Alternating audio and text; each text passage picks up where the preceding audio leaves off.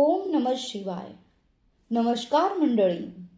आज आपण महाशिवरात्री या अत्यंत पवित्र आणि महत्त्वपूर्ण सणाबद्दल सविस्तर माहिती जाणून घेणार आहोत. महाशिवरात्री का साजरी केली जाते, तिच्या मागील कथा काय आहेत, या दिवशी उपवास, पूजन आणि जागरण करण्याचे काय महत्त्व आहे, हे सर्व आपण आजच्या कथेतून समजून घेऊयात. महाशिवरात्री म्हणजे काय? तर महाशिवरात्री म्हणजे भगवान शिवांची महान रात्र. ही रात्र फाल्गुन महिन्यातील कृष्ण पक्षातील चतुर्दशी तिथीला येते. या दिवशी संपूर्ण भारतभर आणि जगभरातील शिवभक्त उपवास करतात, शिवलिंगावर अभिषेक करतात, बेलपत्र अर्पण करतात आणि रात्रभर जागरण करून शिव नामस्मरण करतात. असे मानले जाते की या दिवशी भगवान शिव अत्यंत प्रसन्न असतात आणि भक्तांच्या मनोकामना पूर्ण करतात. जो भक्त श्रद्धेने शिवाची पूजा करतो त्यांच्या जीवनातील दुःख, संकटे आणि अडचणी दूर होतात. महाशिवरात्री साजरी करण्यामागील प्रमुख कारणे. महाशिवरात्री साजरी करण्यामागे अनेक धार्मिक आणि पौराणिक कथा आहेत. भगवान शिव व माता पार्वती यांचा विवाह, शिवलिंग प्रकट होण्याची कथा, समुद्र मंथनातून निघालेल्या हलाहल विषाचे पान, या तिन्ही कथा महाशिवरात्रीचे महत्त्व अधोरेखित करतात.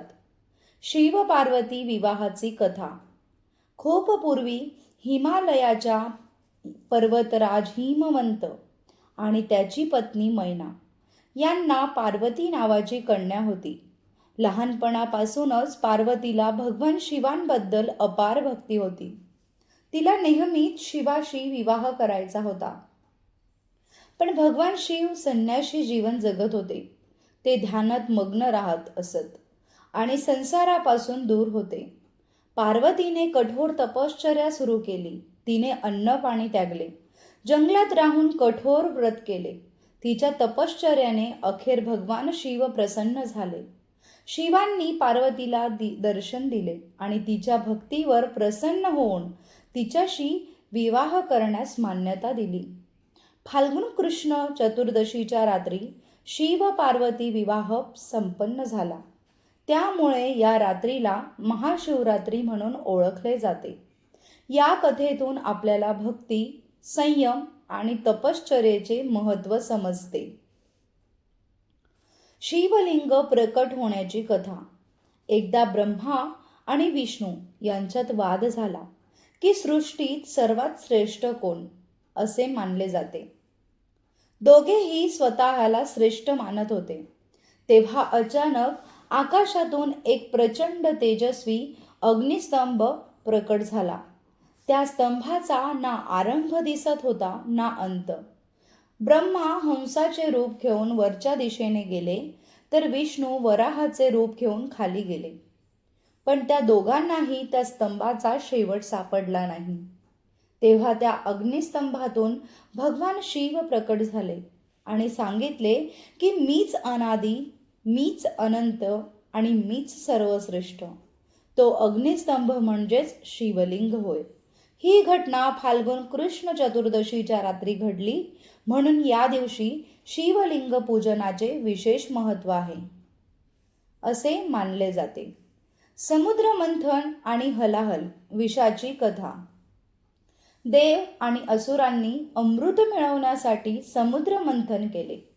मंथनातून अनेक रत्ने निघाली, पण त्यासोबत भयंकर हलाहल विषही बाहेर आले. ते विष इतके तीव्र होते की संपूर्ण सृष्टी नष्ट होण्याची भीती निर्माण झाली. सर्व देवांनी भगवान शिवांकडे मदत मागितली. शिवांनी ते विष आपल्या कंठात धारण केले आणि म्हणून त्यांचे नाव नीलकंठ पडले. त्या महान त्यागाची आठवण म्हणून महाशिवरात्री साजरी केली जाते. महाशिवरात्री उपवासाचे महत्त्व.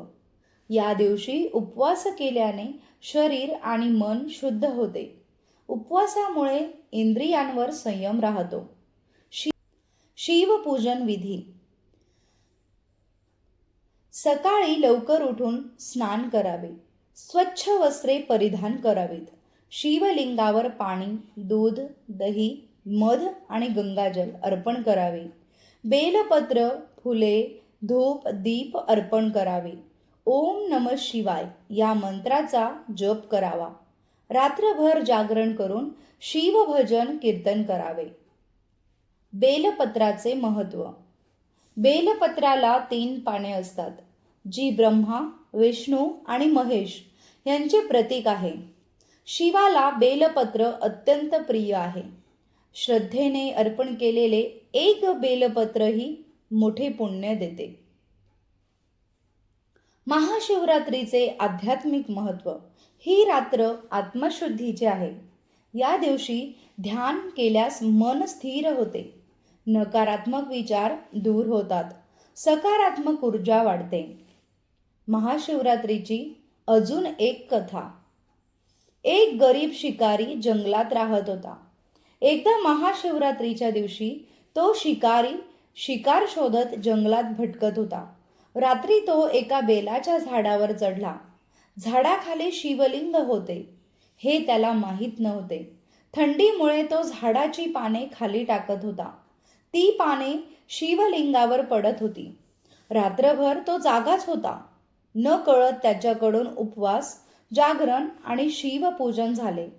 सकाळी भगवान शिव त्यांच्यावर प्रसन्न झाले आणि त्याला मोक्ष प्राप्त झाला. ही कथा सांगते की अनवधानाने केलेली भक्तीही भगवान स्वीकारतात. महाशिवरात्रीला काय करू नये?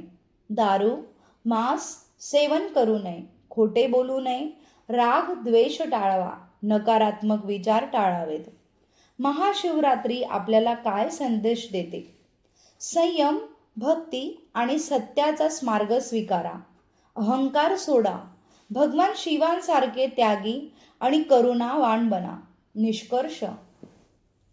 या कथेतून आपल्याला असा निष्कर्ष निघतो की महाशिवरात्री हा केवळ सण नाही, तर आत्मिक उन्नतीचा दिवस आहे. या दिवशी श्रद्धेने शिवपूजन केल्यास जीवनातील सर्व संकटे दूर होतात. आणि चला तर मग या महाशिवरात्रीला मनापासून शिवाची पूजा करूयात. ओम नमः शिवाय. ओम नमः शिवाय. ओम नमः शिवाय. हर हर महादेव.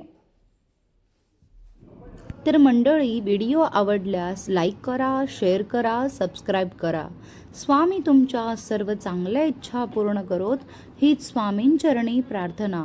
श्री स्वामी समर्थ.